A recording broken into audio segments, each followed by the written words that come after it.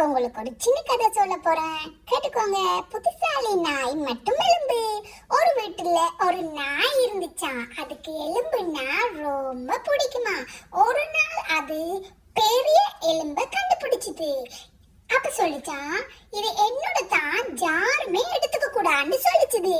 அது எலும்பு கொண்டு போய் குளத்தின் அருகே போட்டுச்சுது. அங்க அது தண்ணீர்ல பாத்துச்சு, இன்னொரு நாய் எலும்போட இருக்கு, ஐயோ என்று பாத்துச்சுது. அப்ப நாய் யோசிச்சுது, அந்த எலும்பையும் நானே எடுக்கணும்னு யோசிச்சுது. அது வாயை திறந்து வா வான்னு கத்திச்சுது. அதே நேரம் அதோட எலும்பு தண்ணீருக்குள்ள விழுந்துச்சுது.